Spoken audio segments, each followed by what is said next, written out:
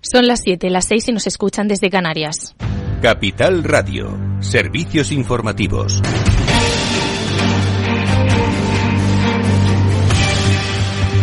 ¿Qué tal? Buenas tardes. Últimos resultados empresariales de la jornada. Ferrovial obtiene un beneficio neto de 114 millones de euros en el primer semestre, lo que supone duplicar la cifra del mismo periodo del año anterior. Viscofan, por su parte, gana 62,9 millones en el primer semestre, un 3,1% menos. Inmobiliaria Colonial también acaba de presentar sus cuentas, con un primer semestre donde los flujos de caja suponen un beneficio de 87 millones de euros, un 14% más que el año pasado. Sin embargo, la valoración de sus edificios cayó un 13%, una situación que explica el consejero delegado de Colonial, Pere Viñolas. Esto es debido a que las yields inmobiliarias se ajustan a la evolución de los tipos de interés y reflejan un valor de tasación de los activos menor, y eso supone un ajuste en el valor de los edificios que reducen su valoración en aproximadamente 500 millones de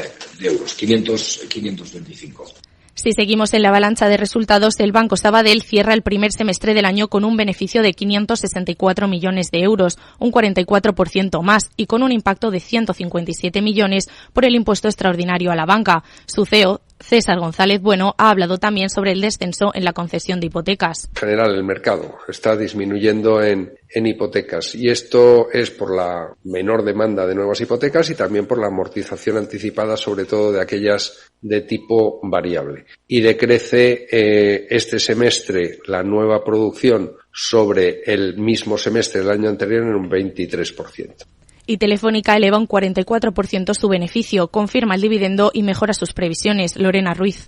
La compañía de telecomunicaciones ha ingresado en España en el primer semestre del año 6.183 millones de euros, un 0,3% más que el año pasado, tras registrar una mejora de la actividad y presentar una mayor oferta comercial. El OIBDA se sitúa en 2.223 millones, un 1,4% menos que el año pasado, mientras que la inversión en capital crece hasta los 754 millones de euros, un 17% más. En el segundo trimestre, los ingresos en España fueron de casi 3.100 millones. Tras presentar sus resultados, la compañía se ha disparado en bolsa más de un 3%.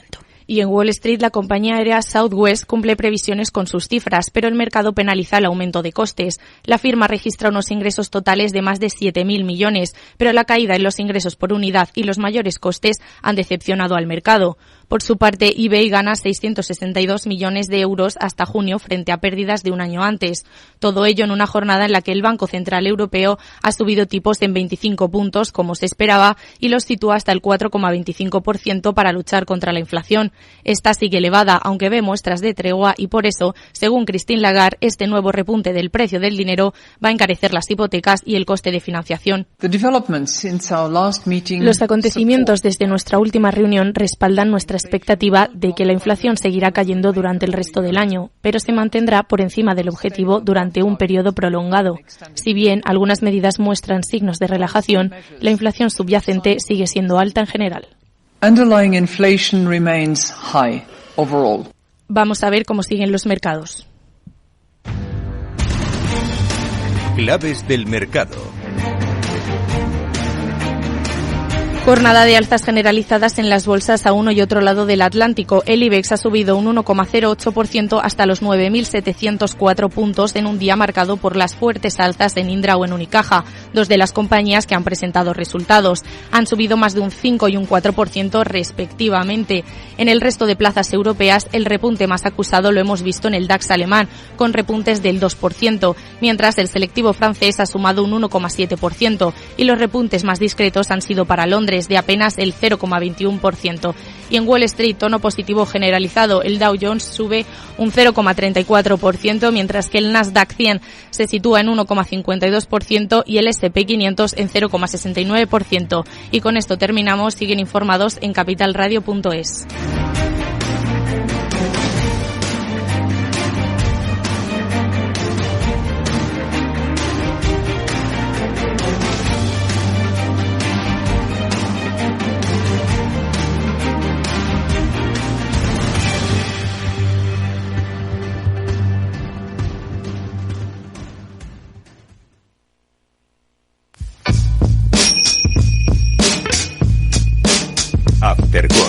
con Eduardo Castillo.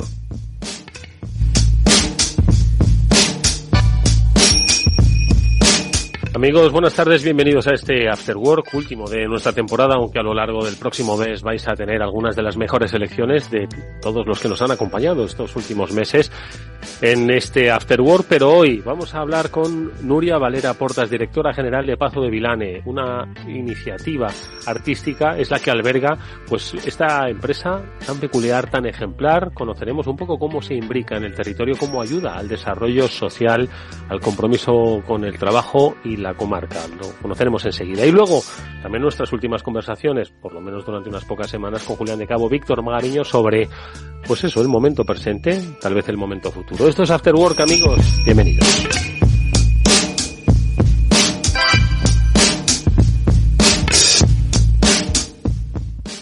Bueno, os decíamos al principio que, como siempre, en este programa tratamos de buscar inspiración sobre cómo las empresas pues contribuyen no solo a hacer empresa, a hacer negocio, a contribuir al crecimiento económico, sino también al contribuir al crecimiento social o sociocultural de las zonas en las que se desenvuelven. Por eso hoy llamamos a nuestro programa nuevamente a una empresa que nos gusta mucho por su idiosincrasia, por la forma en la que se gestiona y la forma en la que entiende la relación precisamente con el entorno, con las personas. Estamos hablando de Pazo de Vilane, ya sabéis que son una empresa que revolucionó la forma en la que se producían huevos de gallinas criadas en libertad. Es un negocio de agroalimentario, pero que trasciende mucho más el propio sentido de este sector, y es que estamos hablando de que la compañía siempre está escuchando a su alrededor para ver cómo pueden seguir contribuyendo desde su propia filosofía al desarrollo de no solo de la comarca, de las personas, sino también de la propia industria. Saludamos a Núria Valera Portas, que es directora general de Pazo de Vilane. En este programa nos encanta que sea quien nos acompañe en este último programa de la temporada. Núria, ¿qué tal? Buenas tardes, ¿cómo estás? Hola, muy buenas tardes. Muchas gracias por tus palabras. Núria, hoy queremos hablar de una de las iniciativas, de las muchas iniciativas que desarrolla Pazo de Vilane, porque, bueno, muchos de los oyentes probablemente ya conocen cuál es la propia particularidad, ¿no?, de lo que es el negocio agroalimentario que desarrolla. Pero también queremos que conozcan un poco las iniciativas, ¿no?, que lleváis a cabo y que, como digo, pretenden contribuir, pues eso, al desarrollo social, cultural, económico de la zona. Yo creo que antes de hablar de una exposición fotográfica, multimedia, que ahora mismo pues estáis albergando, sí que me gustaría, Núria, que nos pudieses un poco hablar del concepto de una empresa diferente, ¿no? Es decir, al final siempre hablamos en esta emisora de que las empresas obviamente tienen que ser sostenibles financieramente, de que tienen que contribuir, ¿no?, pues a ese crecimiento de las sociedades en las que operan, pero yo creo que vosotros siempre desde Pazo de Vilane habéis querido ir un poco más allá, ir un punto más allá, el papel social, ¿no?, que desempeña la empresa en zonas, en este caso de Galicia, pero que en cualquier zona en la que operen deberían hacerlo. ¿Cuál es un poco esa visión para que lo entiendan quien nos está escuchando? Pues esta visión,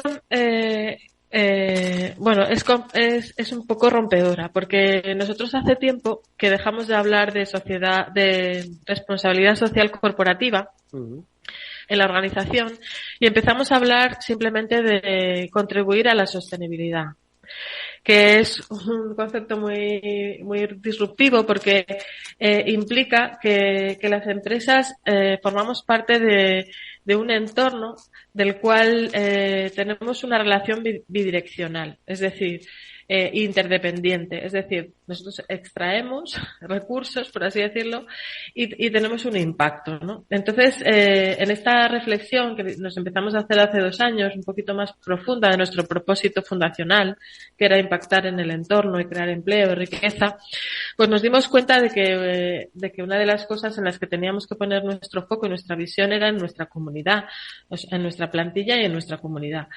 Y con esa mirada, pues nos planteamos iniciativas como la que hoy nos trae aquí a este programa, en las que nosotros queremos hacer 2 ejercicios. Uno, un ejercicio de relación con nuestro entorno, con nuestra comunidad, con nuestros vecinos, para abrir nuestras puertas y además en ese momento hacer un ejercicio de transparencia total.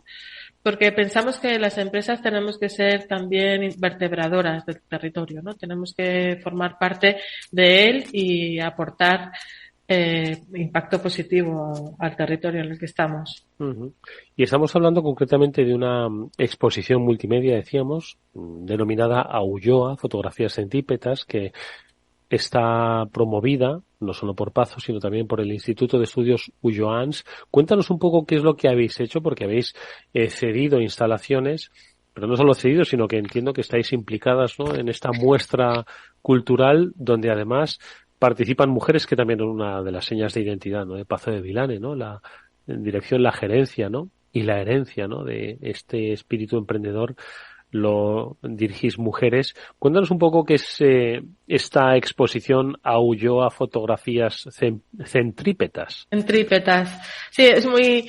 me gusta mucho el título porque centrípeto... Es muy bonito, es muy bonito. Se refiere al centro también. Nosotros estamos en el Centro Geográfico de Galicia, que se declaró hace muy poquito, como está aquí, ayer estuve de paseo por ahí, es una carballeira maravillosa, y bueno, tiene un efecto, como yo les explicaba a mi familia, que tiene como un efecto centrípeto, ¿no? O sea, que te absorbe hacia adentro, es tan mágico y tan maravilloso. Entonces, el título, la verdad que representa muy bien la comarca. Es una comarca llena de tradición, de cultura, de belleza natural, porque tenemos pues unos bosques autóctonos irrepetibles que se están perdiendo, además, en la propia comunidad autónoma, porque lo agroforestal pues está imperando, ¿no? Y entonces esta muestra, que fue promovida por el Instituto de Estudios Ulloans ya hace un tiempo, nos parecía una manera muy bonita, muy hermosa de promover la cultura y activar las relaciones con los vecinos, ¿no? Entonces abrimos la empresa, la gente puede venir a ver las gallinas, a ver cómo estamos trabajando, y de paso se sumerge en el Jardín del Pazo, en las instalaciones de la Palleira, que rehabilitamos hace unos años y que tiene una sala multifunción, donde ahí hacemos diferentes tipos de actividades, pues desde yoga con la plantilla hasta cursos de formación, talleres sobre sostenibilidad y exposiciones y conciertos. Y entonces solicitamos al instituto la exposición, que ya había sido presentada en la Diputación de Lugo y en el Castelo de Pampre, que es el único castillo medieval que queda en Galicia en pie, que está a 12 kilómetros de Pazo de Vilane, y bueno, amablemente nos la cedieron para ponerla en nuestras instalaciones y bueno, y ser motivo de visita al Pazo. Porque, Nuria, ¿cuál es un poquito el objetivo que tenéis? Porque habéis contado, como digo, con diferentes artistas, pero de diferentes ámbitos, ¿no? Que de alguna forma, pues eso, tratan de vertebrar esa actividad socioeconómica de la comarca. ¿Cuál es un poco el objetivo? ¿La visibilización, el empoderamiento? Un poco cuál es digamos, el criterio, ¿no?, que habéis tenido para albergar esta exposición. Bueno, sobre todo lo que más nos ha motivado es que es una muestra compuesta por 15 obras de fotografía y audiovisual, pero sobre todo que está hecha por mujeres de la Ulloa, o sea, por no profesionales. El instituto hizo una llamada a las mujeres de la Ulloa, era una mirada femenina con un fin pedagógico. Detrás de cada obra hay un mensaje pues antropológico, medioambiental, cultural, familiar. Hay distintos mensajes que hacen un mapa relacional y un mapa de la comunidad de la comarca de la Ulloa, y sobre todo fue lo que más nos motivó, ¿no? Que era una iniciativa de personas de la propia comarca, de personas, realizada por personas de la Ulloa, ¿no? Y entonces, además, fue una iniciativa muy bien recogida por las mujeres de nuestra comarca, y es que la participación fue altísima y participaron muchísimas personas, o sea, chicas y mujeres, con fotografías realmente buenas, o sea, realmente que reflejan nuestra comunidad. Oye, Nuria, cuando planteáis esta actividad, esta iniciativa, Entiendo que quizás hay gente que os mire con cierta incredulidad, otros con bastante emoción y otros con cierta expectativa, ¿no? ¿Cuál es un poco lo que veis, ¿no? Que cuando le proponéis a estas 15 creadoras, ¿no? 17 creadoras, 15 obras, ¿no? 17 mujeres, 15 obras. Eso es. Sí. Un poco cómo de repente lo toman, con cierta desconfianza, cogen confianza, con ganas. ¿Cuáles son un poco los desafíos que veis que hay que ir superando, ¿no? En iniciativas como esta? No, la acogida ha sido, vamos a ver, la exposición ya fue presentada, como he dicho antes, en otros espacios incluso más grandes que Pazo de Vilane. El día de la inauguración de la exposición, que además muere aquí, es una cosa muy poética, ¿no? O sea, nació en la Diputación de Lugo y en el Castillo de Pambre, que es uno de los iconos cultural, o sea, del patrimonio arquitectónico de la comarca de la Ulloa, y muere en Pazo de Vilane, ¿no? Entonces, cuando hicimos la inauguración hace un mes, el presidente del instituto estuvo explicando un poco la relación de los Pazos con la comunidad. Él conoció a mi abuela, estuvo hablando de mi abuela como la última hidalga de la comarca de la Ulloa, y hizo un reconocimiento a Pazo de Vilane y su familia de haber mantenido este patrimonio arquitectónico y cultural de la comarca, ¿no? Y agradecía que además abriéramos nuestras puertas y lo compartiéramos con el resto de vecinos. Vinieron varios vecinos a la inauguración y había un señor muy mayor, me acuerdo, que vino, que decía: qué maravilla, qué bonito está todo esto. O sea, para ellos es un orgullo que, pues eso, un icono de la arquitectura gallega, que sabemos que hay muchos en deterioro, porque hay muchísimos pazos en Galicia en estado de deterioro, pues para ellos es un orgullo que esté aquí, que esté en pie, que además genere empleo, que desde la palleira además se veían las gallinas por el campo pastando a través de una de las ventanas. En libertad, fue un momento muy mágico, ¿no? Entonces, la acogida no puede ser mejor, es maravillosa. Y Nuria, estas iniciativas, claro, las estamos ubicando en un entorno, en un contexto, con una iniciativa que conocemos ya, la de Pazo de Vilane, yo creo que muy bien definida desde hace años, ¿no? Pero estoy preguntándome si las empresas, ¿qué es lo que necesitan hacer pues para llevar a cabo pues este tipo de iniciativas en sus diferentes comarcas? Estoy hablando, por ejemplo, imagínate, de empresas en Extremadura que quieren reivindicar un poco esa conservación, esa memoria, y también un poco esos proyectos de futuro, porque al final no se trata de reivindicar un pasado, sino de afianzar un futuro, ¿no? Entonces, ¿cuál crees que son las claves un poco para que las empresas se atrevan a hacerlo? Porque, oye, están en entornos rurales, agrarios, donde muchas veces pues quizás este tipo de iniciativas no es que no sean comprendidas, sino que no están acostumbrados a ellas, ¿no? Entonces, ¿cuál crees que es un poco la clave para que pues implicar a esta comunidad y que de alguna forma imbriquen en ese concepto, ¿no?, del que hablabas, que era de crear una contribución a la sostenibilidad más que acciones puramente de RSC? Sí. Bueno, yo creo que sobre todo lo que hay que preguntarse los líderes, o sea, los propietarios, las personas, hay que preguntarse cuál es nuestro propósito como organización. Que si nuestro propósito es solo ganar dinero, pues es lícito, no está muy bien, pero claro, este tipo de iniciativas son costosas, tienen unos costes que no tienen un retorno monetario, ¿no? Ni a corto ni a largo plazo, tienen un retorno de otro tipo, ¿no? Y yo creo que hay que plantearse cuál es nuestro propósito, realmente por qué estamos aquí, para qué.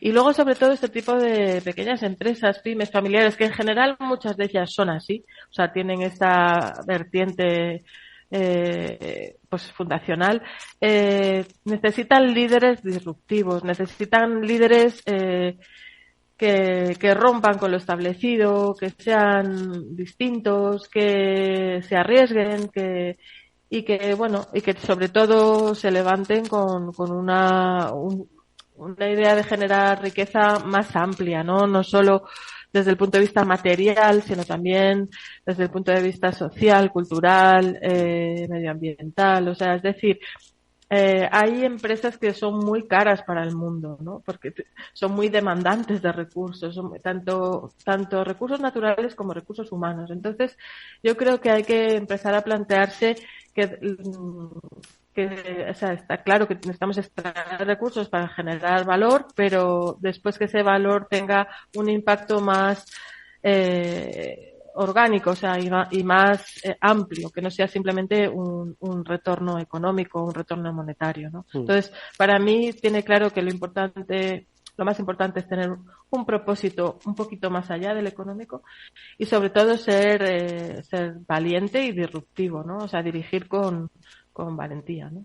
Y además uno de los aspectos, ¿no?, de lo que hablabas del liderazgo es el relativo a la gestión de las personas. Antes me estabas hablando de yoga para vuestros empleados, es decir, es implicar también a la propia comunidad interna, ¿no?, de Pazo de Vila en este caso, como palanca fundamental, ¿no?, para este tipo de acciones. Yo creo que si desde dentro creen en ello, no solo la dirección, ¿no?, y esa disrupción iniciativa, sino también el propio ecosistema de trabajo, la propia ciudadanía que trabaja en Pazo de Vilane, yo creo que es uno de los factores de impulso, ¿no? Es que ese es el futuro, es que la gente joven tenemos que empezar a escucharles, ¿no? Yo otro día tenía un café con un grupo de trabajadores y trabajadoras y les preguntábamos, estábamos con el director de operaciones y estábamos hablando con ellos, preguntándole cómo estaban, que nos contaran, que en un café en el pueblo, salimos de la empresa para salir un poco del entorno del trabajo, ¿no? Y uno nos decía, un chico joven que está, bueno, ahora mismo experimentando un puesto nuevo y tal, primero agradecía la oportunidad y segundo decía que para él una de las cosas más importantes era trabajar con una empresa que tenía un propósito distinto a ganar dinero y que era más amplio. Y que eso era lo que le motivaba a venir todos los días a trabajar. O sea, la gente joven cada vez más necesita estar alineada con la organización. No solo trabaja por un salario, trabaja porque realmente se siente importante, porque se siente aportando también, porque se siente aportando a un proyecto en el que cree. Él me lo decía, yo estoy aquí porque creo en el proyecto. Y fíjate que nosotros producimos una cosa tan sencilla como huevos. Lo que pasa es que producimos huevos de una manera distinta, de una manera original. No producimos huevos como la gran industria. Tenemos otras maneras de hacer las cosas. Os deseamos, como siempre, toda la suerte del mundo. Os damos la enhorabuena por esta iniciativa. Seguiremos hablando de las diferentes iniciativas, ojalá que sean igual de inspiradoras que esta para otras compañías como las que hace Pazo de Vilane. Gracias, Nuria, hasta muy pronto. Gracias a ti, Eduardo, un abrazo fuerte. Adiós.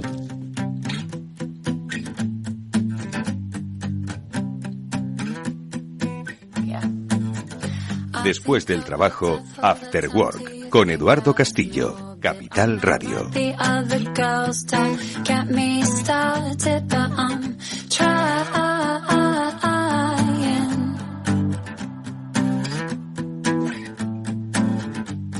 Bueno, amigos, pues es momento de analizar con cierta perspectiva qué es lo que ha pasado y qué es lo que nos deparará a la vuelta del verano, que es dentro, como quien dice, de 3 semanas, no mucho más, pues todo lo que la vida tecnológica nos ha dejado, y lo hacemos, como os adelantaba al principio, con la ayuda de Julián de Cabo y de Víctor Magariño, a los cuales no solo les voy a desear unas prontas y merecidas vacaciones en la playa, me consta que ellos son más de playa que de montaña, pero también siempre les voy a pedir que, pues eso, hagan una reflexión, no quizás de sus lecturas más recientes, sino de todo lo que han leído a lo largo del año, que ha sido mucho y muy cambiante.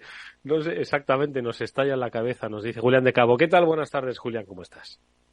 Buenas tardes, Eduardo. Buenas tardes, Víctor. Pues es todo completamente pillada a traición, Eduardo, porque si me llega a decir que íbamos a darle un repaso a la temporada entera, me lo habría mirado, porque, o sea, ten en cuenta que en este mundo traidor en el que vivimos, 15 días son el cuaternario, con lo cual, como me preguntes por qué pasó, a principio de la temporada es posible que siguiéramos hablando del metaverso. Y fíjate tú lo lejos que queda eso. Exactamente, ¿dónde ha quedado el metaverso? Tienes toda la razón, pero bueno, estoy seguro de que hay algo que os ha marcado y seguro que no va a ser necesariamente la inteligencia artificial, sino cosas que estarán todavía por desarrollarse. Víctor Magariño, buenas tardes, ¿cómo estás? Hola, Eduardo, Julián, mi audiencia. Pues aquí un día más con todavía un poco de resaca, ¿no?, postelectoral y tal. Y yo, si me permites, voy a abrir la tertulia hoy con un par de citas más o menos apócrifas que me han venido a la mente en estos días, ¿no? La primera es completamente apócrifa, pero la manejo desde muchos años, que viene a decir algo así como: la primera vez que mi mujer me engañe será culpa de mi mujer. La segunda ya será culpa mía. Ahí lo dejo. Pero escucha, esto no tiene nada que ver ni con una semana postelectoral ni con el futuro de la gobernanza de España, simplemente con las lecturas tecnológicas que hacéis. Infidelidad. No tiene nada que ver. No tiene nada que ver, es un pensamiento profundo. Bueno, ya sabéis que en esta pequeña tertulia hay dos pequeñas licencias. Una es el derbi madrileño, ¿de acuerdo? Siempre presente. Y luego otra, de vez en cuando, esos escarceos políticos de los que nos salimos rápidamente, no por nada, sino porque ni siquiera la inteligencia artificial es capaz de predecir pues un resultado estadístico más o menos acorde, porque yo creo que si algo nos ha sorprendido a todos ha sido esa gestión de expectativas determinada por las encuestas preelectorales. Oye, vosotros que sois de ciencia, de Big Data, de lo digital, ¿de verdad no se puede acertar? ¿No hay una ciencia casi exacta que permita esto? A ver, Julián. No, Eduardo, me temo que no. O sea, una ciencia casi exacta no. Y lo que sí queda claro es que, pese a lo que te vienen contando desde hace tiempo, hay mucho voto que se decide muy al final de las elecciones, ¿no? Yo no quiero, no es mi territorio, pero si quieres hacer una valoración política rápida. Adelante. Y sin maldad. O sea, yo creo que el panorama que pinta el resultado electoral es un panorama para que todo el mundo demuestre su patriotismo, ¿no? Porque basta con una cesión por cualquiera de los que están metidos en el ajo para que España no dependa de una minoría irracional con intereses contrapuestos al interés general. Con lo cual, tú fíjate, o sea, tienes todo tipo de combinaciones a base de generosidad por parte de una y de otro. Y desde luego, mi predicción es que generosidad ninguna y que iremos a un bloqueo estúpido donde saldremos perdiendo todo, menos no se sabe muy bien qué, ¿no? Pero así es como lo veo, Eduardo. Me da muchísima tristeza no ser capaz de decir otra cosa, pero así lo veo. Víctor, venga, vamos a seguir con esa pequeña licencia, pero es normal, ojo, de alguna forma, oye, aquí hablamos de tecnología, pero también en la prosperidad, el conocimiento, el desarrollo, pues también se basa mucho en la estabilidad, ¿no? Y no es el típico discurso de los mercados liberales, ¿no? Que dicen, necesitamos gobiernos estables para hacer inversiones, ¿no? Si estamos hablando ya de puro sentido común, ¿no? Víctor, venga, ¿cuál es tu reflexión? Bueno, la primera ya la he hecho, que el que la quiera entender bien o no, iba de engañar una vez y de engañar dos veces, y de que la primera es culpa tuya y la otra ya no, ya es culpa del otro, ¿no? Perdón, al revés, la primera es culpa del otro y la segunda ya es culpa tuya. O sea, si te dejas engañar dos veces de la misma forma, te lo tienes que hacer mirar. Y la otra, que ya es menos apócrifa, es muy utilizada, ¿no? Pero es esta de que cada pueblo o nación tiene el gobierno que se merecen, ¿no? Ese pueblo o nación, ¿no? Y esto la he buscado de Josep de Maistre, nacido en 1753, fallecido en 1821, es decir, hace más de 200 años esto. Y bueno, eso, en cuanto tampoco creo que es nuestro terreno, ¿no? Hoy había traído un tema que tiene que ver con lo que habéis dicho de datos y inteligencia artificial y todo esto, que si queréis lo comparto. Hoy quería hablaros de los datos. Yo tengo, antes de entrar en eso, Víctor, y perdóname que te interrumpa, que intentamos ser educados siempre, pero no quería dejarlo pasar. A ver, esa cita del gobierno que se merece, a mí lo que me encantaría sería que los partidos que suponen en conjunto cerca de un 80% del arco parlamentario, un 70 y tantos % del arco parlamentario, se sentaran un poquito, reflexionaran un poquito, se dieron cuenta de que hay un 80% de la población que está más o menos en torno al centro político y que lo que espera es un programa para los próximos años y dar solución o dar salida al montón de retos que España tiene por delante, y se sentaran a dialogar como si el 80% de los ciudadanos prefiriera que votase que ganase una opción centrada y que fuera la que mande en este país durante los próximos años. No es ya ni siquiera un tema de estabilidad desde el punto de vista de mercado, es un tema de satisfacer al pueblo en lo que el pueblo ha pedido. El 80%, el 70 y tantos % del pueblo ha votado acciones que están o en el centro derecha o en el centro izquierda, con lo cual no puedo entender cómo a lo único que estamos jugando es hacia pegar un timonazo hacia un lado o a pegar un timonazo hacia el otro. Honestamente, no puedo entenderlo. Se escapa por completo a mi limitadísima capacidad de análisis. De todas formas, perdóname que os pregunte una cosa. Vosotros que sois gente de empresa, que habéis estado en empresas grandes y habéis conocido a gente de otras empresas grandes, ¿no es inherente al ser humano? Estoy seguro que en muchas empresas las empresas no son democráticas, ¿no? No pueden ser democráticas, ¿no? Al final se impone, ¿no? Un poco las decisiones, ¿no? Y al final muchas de esas decisiones son bastante erróneas y confundidas. Y sin embargo nadie alza la voz porque al final hay una dependencia laboral, de carrera, ¿no? Dentro de esas empresas. Al final son pequeñas estructuras. Lo que es la representación del Estado no deja de ser una representación maximizada de lo que pasa en nuestro día a día, ¿no? Es una convivencia, una dependencia y una especie de, lo decían, la mayoría silenciosa que por no perder su estatus, bueno, pues un poco mantiene y no tiene quizás esa reflexión del sentido común a la que apelaba Julián, ¿no? Vosotros, ¿esto lo habéis visto en el mundo de la empresa? Estoy seguro de que sí, ¿no? Mira, Eduardo, yo te podría contar dos, y no, es que el problema no las cuento nunca en público porque creo que no me creería nadie. Sin embargo, puedo darte mi palabra de que las dos anécdotas que voy a referirte son absolutamente ciertas. Omitiré nombres de personas, omitiré nombres de empresas, pero en la experiencia 1 me tocó hacer de lobby junto con otros altos directivos de un grupo importante para el que yo trabajaba, yendo a hablar con una comunidad autónoma que tampoco situaré, pero por encima de Madrid, digamos, de la mitad norte que no de la mitad sur.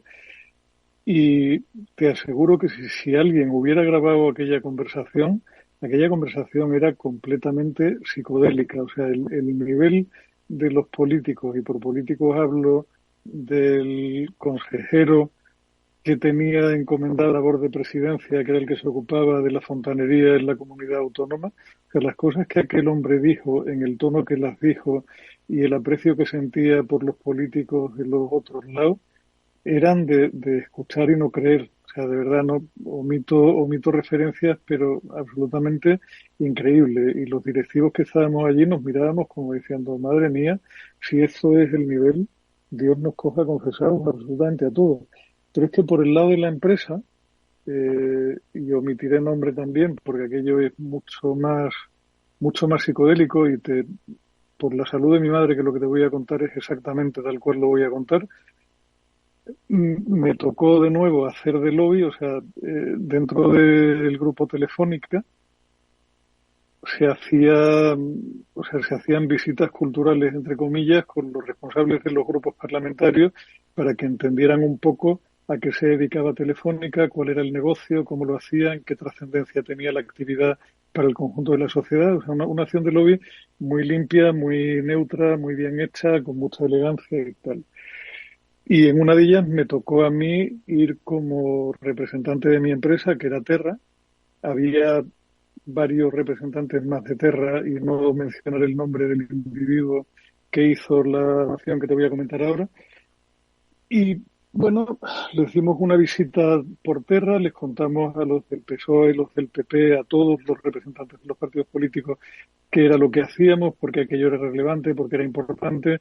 Les hicimos una presentación con cifras, con cómo había ido el negocio, qué íbamos a hacer, etcétera. Y al final, pues nos fuimos a tener una comida con ellos. Y como pasa siempre en una mesa larga, en una actividad de este tipo, nos ponen en el centro de los dos lados largos de la mesa a 2-3 directivos de la empresa y luego el resto de los políticos alrededor para que más o menos escuchar la conversación, ¿no? Y hay un momento en que uno de los políticos hace una pregunta sobre el uso de Internet en la empresa. Te hablo, Eduardo, estamos hablando del año 2000, con lo cual la gente estaba muy verde en cuanto a qué iba a pasar con Internet y qué posibilidad había de cara a futuro. Y yo, que venía de presidir una iniciativa que había estado estudiando 1 año, el uso de la tecnología en PYME, veo el cielo abierto y hago un discurso explicándole a los políticos que, en mi opinión, la informatización de la pyme era absolutamente fundamental, que solo si se incorporaban a Internet de forma temprana y en buenas condiciones eso iba a ser bueno para su competitividad de cara a futuro, que en otros países esto ya estaba sucediendo. Hago un speech que me queda redondo porque además tenía datos, tenía conocimiento y era un territorio que me encantaba, ¿no? Y cuando cierro mi speech, el directivo de mi empresa que tenía enfrente, omitiré el nombre, me mira y me dice: Julián, pero a ver, Internet es la empresa, macho. ¿Cómo van a querer las empresas meterse en Internet con la cantidad de tiempo que pierde la gente en Internet? Y eso que tú lo miras y dices: ¿y yo ahora qué hago? ¿Me desnudo y doy volteretas por encima de la mesa para que los políticos no recuerden esa última estupidez? ¿O qué cuerno hago, no? Eso, Eduardo, tienes mi palabra de honor de que es exactamente como te lo refiero. Un directivo de una empresa que se dedica a vender Internet explicándole a los políticos que él para residencial se lo veía, pero que para empresa, por la cantidad de tiempo que se pierde en las empresas por culpa del Internet. Yo creo que ese es el nivel, Maribel. Sí, la verdad es que la anécdota es perfectamente trasladable hoy. Porque hay tal dependencia de las pymes, ¿no? de lo que es la contratación pública, porque el mayor contratista del Estado es el Estado precisamente, ¿no? Que yo creo que no se atreven, porque somos un país que no se atreve a decir lo del rey está desnudo, ¿no? Y yo creo que eso siempre va a pasar, y de ahí un poco que nadie se atreva a romper la baraja, porque si uno quiere de alguna forma revolucionar, no se trata de revolucionar, sino de poner realmente una alfabetización digital en la escuela, porque de alguna forma hay unas políticas de Estado que requieren, no estamos hablando solo de digitalización, sino de esos grandes consensos. Nadie se atreve porque piensa que rompiendo la baraja vas a romper el chiringuito, y tú apelabas antes al patriotismo, ¿no? Un poco desinteresado y sin partido, y eso pues tú mismo lo has dicho, hace 25 años que debió ocurrir esta anécdota, me atrevo más o menos, o no sé si más o menos, y todo sigue igual, no lo sé. Víctor, a ver, que tú también has trabajado en multinacionales, esto... Sí, bueno, yo estaba escuchando, me han venido varias reflexiones a las que os escuchaba, porque tú has empezado, Eduardo, hablando de si hay democracia o no en las empresas, ¿no? Yo creo que obviamente no, pero me ha venido a la mente rápidamente, no sé si habéis escuchado esta semana lo que le ha pasado al exministro de Asuntos Exteriores en China, que no es un régimen democrático, es un régimen comunista, ¿no? Donde gobierna el Partido Comunista, partido único. Bueno, pues directamente ha desaparecido. Primero, ahora lleva desaparecido varias semanas, directamente lo han defenestrado, o sea, lo han cancelado, y ahora están borrando cualquier rastro de él y de su nombre en cualquier página del ministerio. Es decir, esto es lo que hacen las democracias comunistas, ¿no? Bueno, perdón, las dictaduras comunistas, ¿no? Y aquí ya vamos camino de nuestro segundo gobierno comunista, ¿no? Entonces, bueno, efectivamente las empresas no hay democracia, y bueno, pues a veces se funciona bien y a veces se funciona mal, ¿no? Vaya cómo nos está quedando, por cierto, el último programa de la temporada, que estamos rompiendo un poco la baraja. Yo pensaba preguntar, digo, oye, ¿con qué nos quedamos de todo y estamos de una especie de pesimismo socioeconómico importante, ¿eh? No, pero si te fijas, hace un par de semanas comentábamos después del debate que no había habido ni una sola referencia a la palabra digital, transformación digital, inteligencia artificial, innovación, emprendimiento, y todas, ni una sola referencia, ni una sola palabra, ¿no? Entonces, bueno, pues al final nos quedamos con la anécdota de Julián y nos quedamos con la realidad de hace 15 días en el partido, ¿no? Yo hoy he leído esta semana he leído un artículo bastante interesante del Financial Times que habla de los datos sintéticos. Y me gustaría, si queréis, explicar un poco qué es esto. Así lo habéis escuchado los dos, datos sintéticos o synthetic data. ¿Cómo se os queda el cuerpo, Eduardo? Tú que estás en tus tertulias de los lunes y tal. Pero sí, vamos a ver, lo de datos sintéticos. Yo he oído hablar de voces sintéticas, he oído hablar de muchas cosas sintéticas, pero de lo del dato sintético, el dato es el dato. Quiero decir, o sea, no puede haber una réplica del dato.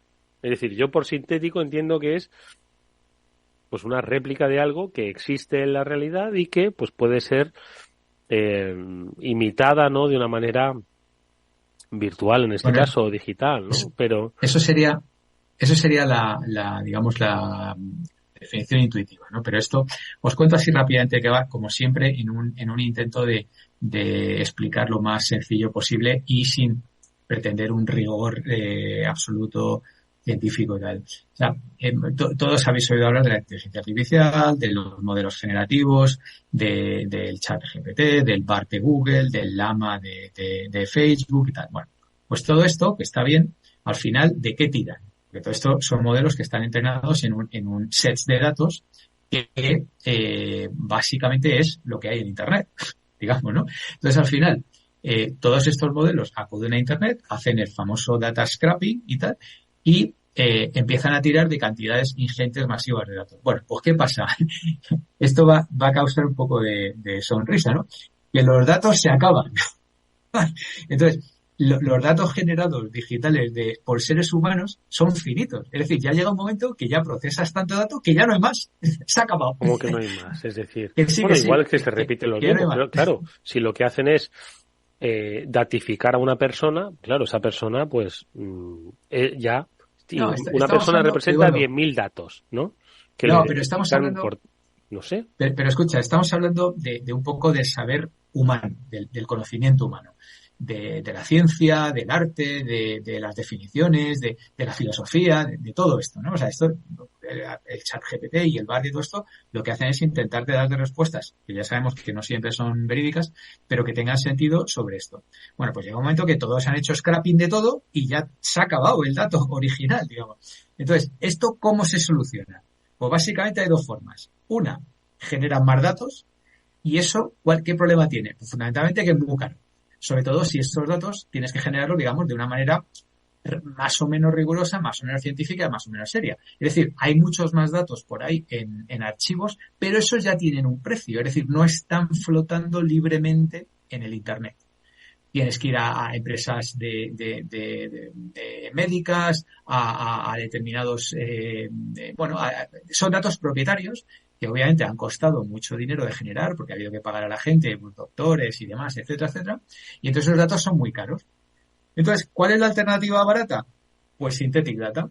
Entonces, básicamente voy autocreando con inteligencia artificial un set de data nuevo basado en los datos que ya hay y a eso le aplico inteligencia artificial para que me siga dando respuestas. Es decir, ya sé que suena un poco extraño, es decir, genero datos artificiales para que la inteligencia artificial pueda seguir funcionando como si los datos fueran reales. ¿Vale?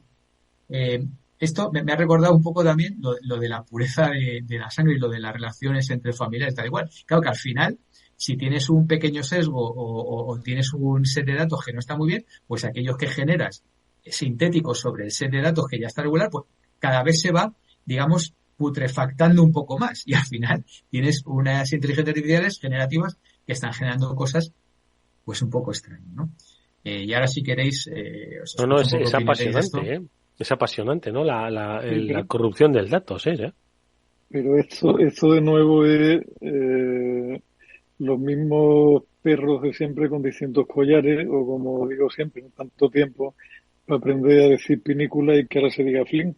En la época que no había internet, cuando tú tenías que entrenar a tus alumnos utilizando hojas de cálculo y tal, tenías que generar datos para poder utilizar la hoja de cálculo, porque si no te pasabas media clase con la gente metiendo datos al tuntún y sin que aquello funcionara, con lo cual tirabas de la función random que tiene toda buena hoja de cálculo, dabas unos límites por arriba por abajo, metías una ecuación, 2 refrescos de pantalla y al final habías generado un mazo de datos allí tremendo para que la gente pudiera pintar sus gráficos, hacer sus medias y hacer estadística avanzada sobre aquello. O sea, que me temo que nada nuevo bajo el sol, que es la misma vieja idea renacida al hilo de tecnologías nuevas, ¿no? Pero lo que falta muchas veces son ideas nuevas. Volvemos siempre vuelta a la burra al trigo, que diría José Mota, ¿no? Ideas nuevas baratas, sobre todo. Eso sí. No, pero lo que dice es cierto, Víctor, y al final yo creo que es una idea que espero que a la audiencia le vaya quedando clara, ¿no? Que todos estos modelos de aprendizaje automático al final con lo que tienen que ver no es solo con la calidad del algoritmo, sino sobre todo con la calidad del subconjunto de datos sobre los cuales tú los entrenas, con lo cual están empezando a pasar cosas como que hay autores reclamándole a los dueños de ChatGPT que les ingresen lo que les corresponde por haber sido utilizadas sus obras para entrenar a la inteligencia artificial sin su permiso. Es decir, las cosas van a empezar a ponerse complicadas en ese sentido porque hay mucho miedo a la IA y mucha gente que siente que van a utilizar su producción intelectual en su contra a medio plazo y que se niega completamente a que sea utilizada su producción intelectual para mejorar una inteligencia artificial.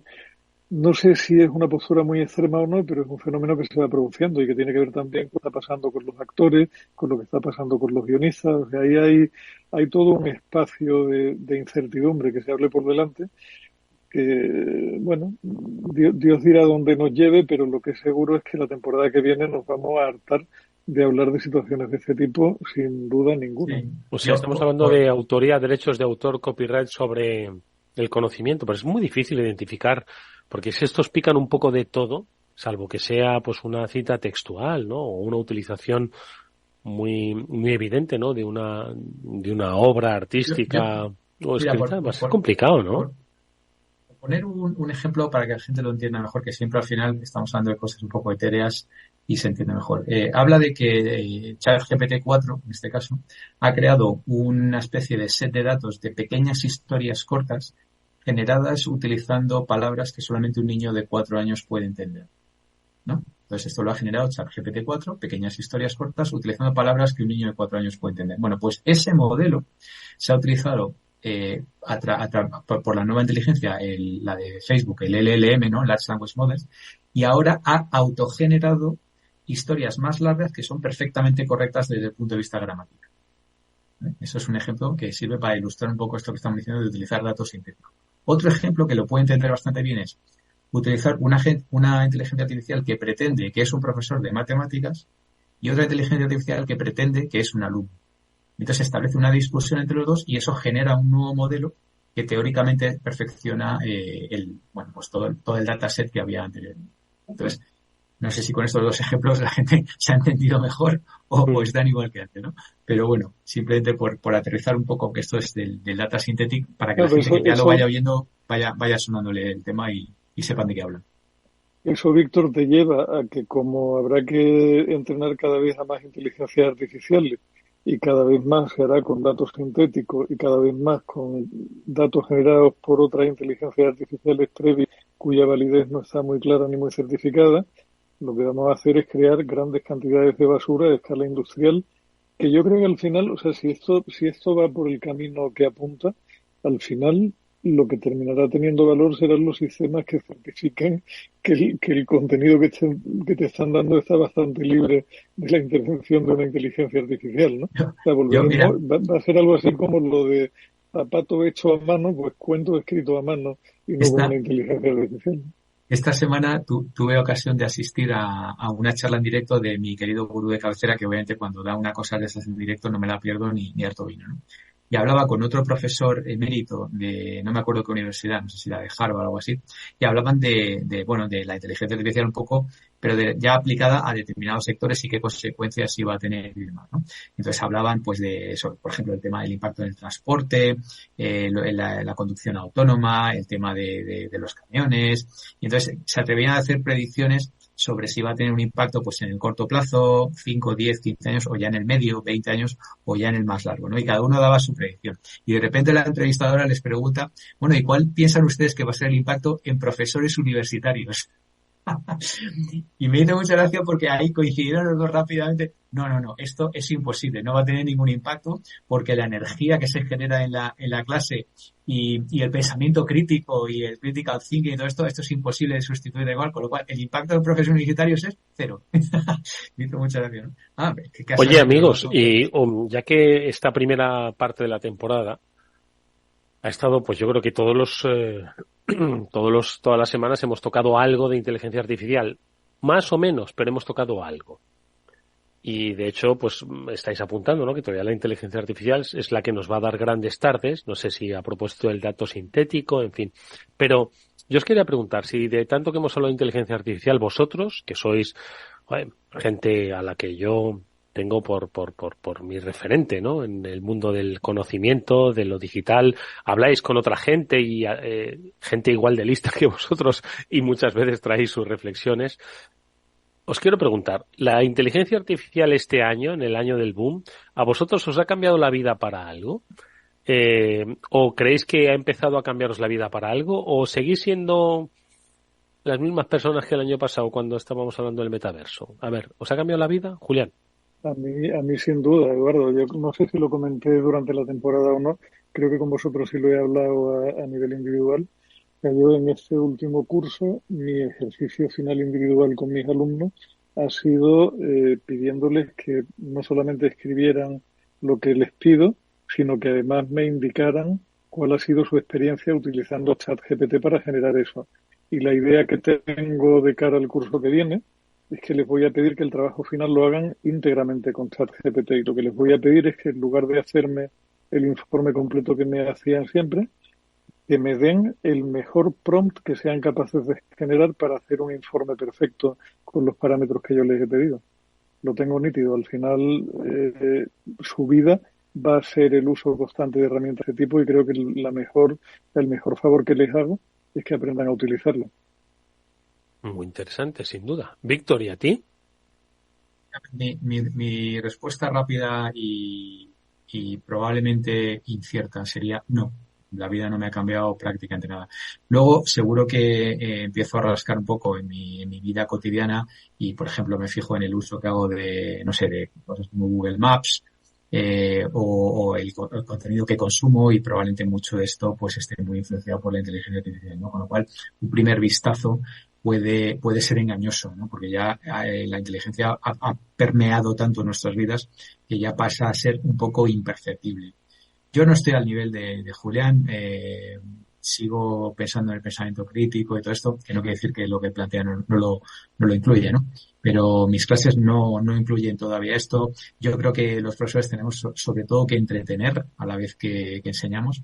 Y yo me centro, pues eso, en un poco contar anécdotas, intentando utilizar el sentido del humor y que la gente venga a clase contenta y que se vaya con una sonrisa, ¿no? Y eso todavía es complicadete que una inteligencia artificial lo consiga, ¿eh? Llegará un momento que sí, pero enseñar a la vez que entretener, ¿no? Y eso todavía creo que está lejos.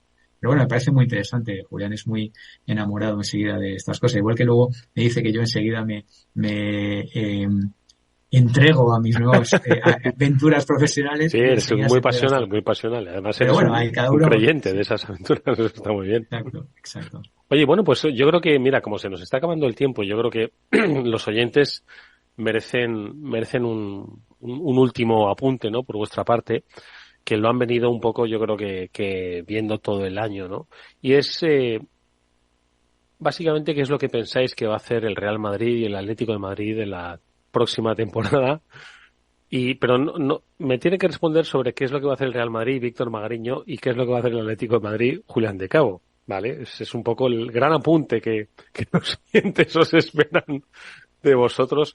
Víctor, ¿cómo ves al gran rival para septiembre?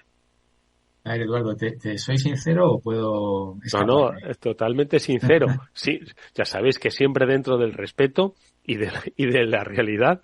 ¿Qué es lo que va a hacer el Real Madrid la próxima temporada? Si te soy sincero, lo que ha hecho siempre, es decir, pues utilizar cualquier tipo de subterfugio, influencia, etcétera, pues para seguir manejando los temas de las ondas. Sí, claro, me ha pedido sinceridad. Yo te doy sinceridad. No hago la pregunta, entonces, madre mía. ¿Qué va a quedar? Pues hombre, pues no sé, pues ganar la Liga o no la ganará, no sé, yo les veo fuertecillos, sí. Están fuertes. Ahora está todavía en fase de recomposición, acaba de perder a Busquets, ni más ni menos, que era toda una institución y tal, y eso es muy difícil de reemplazar, esa es la columna vertebral. El Madrid, bueno, todavía tiene ahí sus grandes, ¿no? Los Modric y Ross y tal, que claro, estos no se van de Madrid ni harto vino, porque cuando estás en una de las mejores ciudades del mundo y ganas un pastizal y eres un ídolo, pues aquí te agarras, ¿no? Bueno, te metes en cámara hiperbárica para seguir. La opinión de un atlético. Oye, ¿cuál es la opinión de un madridista, Julián, sobre la temporada del Atleti el próximo 23-24? Pues vamos a ver, yo supongo, Eduardo, como yo soy del Madrid y los del Madrid intentamos ser ante todo señores, yo supongo que el Atleti volverá a hacer un equipo competitivo porque tiene un entrenador que es capaz de convencer sobre su sistema a cualquiera que le metan en el vestuario, y la única lástima que me da pensando en tener un rival como Dios manda en la capital es que tienen un problema grave con el que fue su fichaje estrella, que no ha acabado de cuajar, que les cuesta una pasta y que se lo quitan de en medio, o no van a poder armar a lo mejor el equipo que hubieran querido tener. Vamos, no me cabe ninguna duda que serán tan correosos, tan competitivos y tan absolutamente entregados a la causa como han sido siempre. Oye, ¿y nuestra más audiencia? elegante o menos, pues eso ya es otra historia, ¿no? ¿Y nuestra audiencia será más atlética o será más del Real Madrid? ¿Será más de inteligencia artificial o del metaverso? Bueno, pues es algo a lo que invitamos a que nos compartan siempre que quieran a nuestro correo electrónico afterwork@capitalradio.es y sobre todo dirigirse a Julián de Cabo y a Víctor Magariño, que han tenido la gentileza de acompañarnos durante todos estos meses. Ahora les vamos a dejar descansar, insisto, durante 3-4 semanas. Si es que esto del verano da la sensación de que es mucho tiempo, pero es que son 4 semanas. En septiembre nos estamos volviendo a hablar sobre nuevas lecturas y sobre nuevas reflexiones. Y tal vez sobre algo de fútbol. Habría que recomendarle además, Eduardo, que lean algo clásico y que les llene el espíritu, que escuchen buena música antigua, que hagan fotos a ser posible con alguna cámara no digital, que se desasnen un poco y se quiten el polvo de la dehesa que hemos ido acumulando durante todo el invierno, ¿no? Oye, ¿y cuál es tu recomendación, Víctor? Bueno, mucho cuidado con el agua, que estamos en cifras récords de ahogamientos y tal y cual. Entonces, por favor, mucho cuidadín. No puede ser que la gente nos sigamos ahí bañando y luego nos salgamos. Pues, mi recomendación es mucho cuidado, por favor, en piscinas, aguas, no solamente los niños, sino también los adultos, que a veces, no, venga, sujétame la copa y tal, y eso no funciona. Bueno, mucho pues, cuidado. Creo que son buenas recomendaciones, que es un poquito de relajación, mirarse a sí mismo, mirarse al espíritu, al cuerpo y sobre todo al sentido común. Víctor Magariño, Julián de Cabo, que descanséis, que lo disfrutéis. Nos vemos como quien dice en 3 semanas. A ver si el mundo ha cambiado tanto o sigue siendo exactamente igual que como lo hemos dejado esta última semana de radio. Gracias, descansad. Buen verano, gracias. Igualmente a todos, un abrazo. Amigos, nos despedimos nosotros hasta, pues eso, la temporada que viene, que será nada, dentro de 3 semanas. Volvemos creo que el 4 de septiembre con nuestro programa, el de ciberseguridad. Mientras tanto, disfrutaréis de otros tantos programas repuestos del Afterwork. Gracias, cuidaros mucho, hasta muy pronto.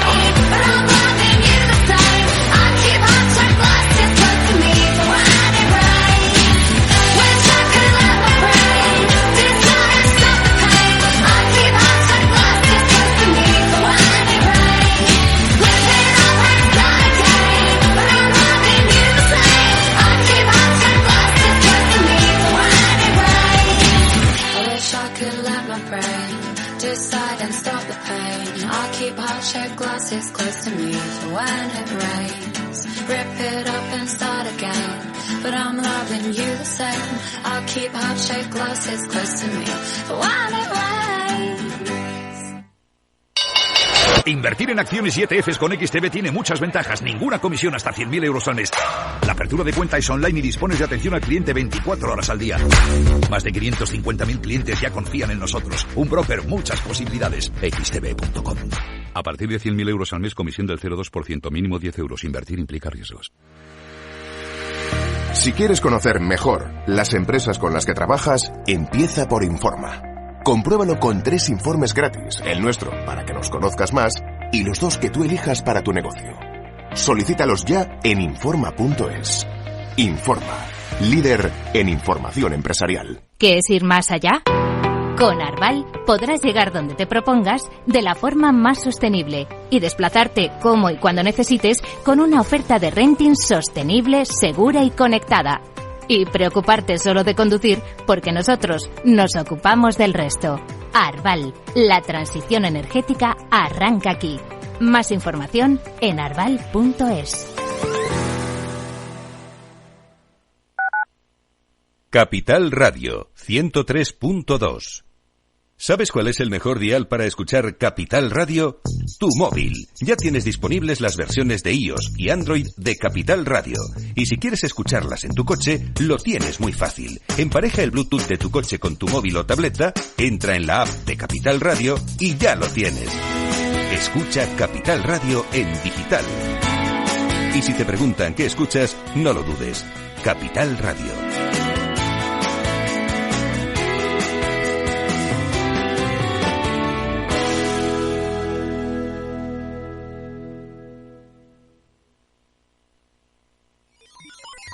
Los robots escuchamos Capital Radio.